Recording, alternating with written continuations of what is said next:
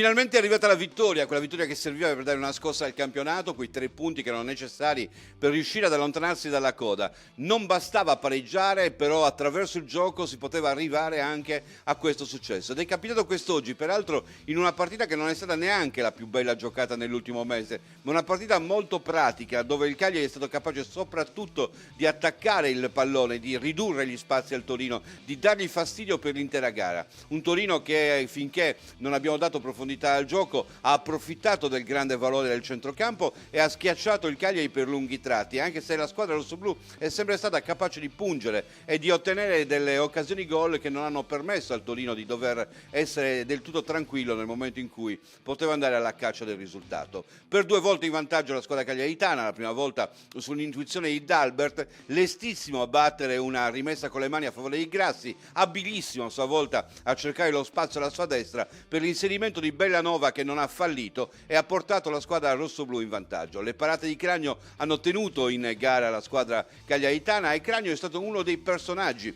di questo match, forse uno di quei personaggi che talvolta vengono criticati e che si è riscattato totalmente. In particolare una parata a mano aperta, sono girata da parte di Piazza, è stata veramente una parata di quelle che non vedevi da tempo nei campi di calcio, con l'aiuto della traversa è riuscito a evitare il gol del pareggio. Pareggio che c'è comunque stato nell'unica distrazione difensiva del Cagliari, perché su un calcio piazzato tu non ti puoi non preoccupare di dove è Belotti, non c'era nessuno su di lui, si era allontanato dal mucchio al centro dell'area, si è spostato dall'altra parte, c'era un difensore in più per il Cagliari a difendere, ma aver perso di vista Belotti è stato un grave danno, perché Belotti si è reinserito dentro l'area di rigore alle spalle di tutti e ha piazzato la zampata del pari. Il Cagliari in quel momento poteva anche lasciarsi andare, invece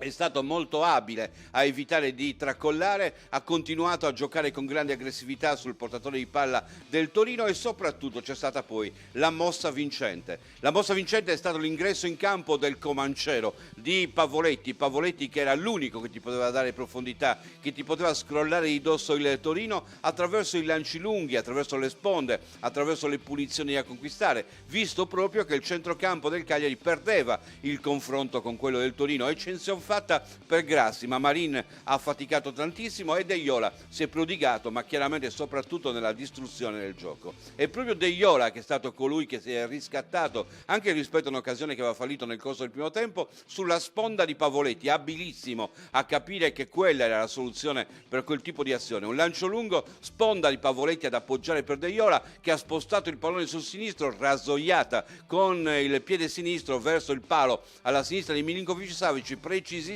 e potente il tiro che non ha dato scampo all'estremo difensore del Torino, dimostrando ancora una volta che non è vero che Deiola non ha tecnica, se pensiamo che il piede sinistro non è il suo piede preferito e quindi ha calciato con quello che dovrebbe essere il secondo piede. Sta di fatto che questo 2-1 è stato il 2-1 che ha permesso al Cagliari di tornare in fiducia. Nel frattempo Belotti è rimasto acciaccato e Belotti era probabilmente la spina nel fianco del Cagliari, soprattutto di quella di Lovato, che stentava a tenerlo, lo provocava e accentuava ogni contatto, gli dava particolarmente fastidio. Uscito Belotti si è spento un po' tutto il Torino, che non è riuscito più a trovare le occasioni per poter far del male al Cagliari, che in modo sornione, maturo, con grande esperienza, ha approfittato di tutti i secondi che capitavano per lasciar trascorrere il tempo e ha chiuso con il gol di vantaggio. 3 punti fondamentali. Ci voleva lo scossone, ci voleva la vittoria, non bastavano i pareggi e a questo punto c'è il bel gioco, c'è la squadra, ci sono anche i risultati, il Cagliari non può che andare avanti.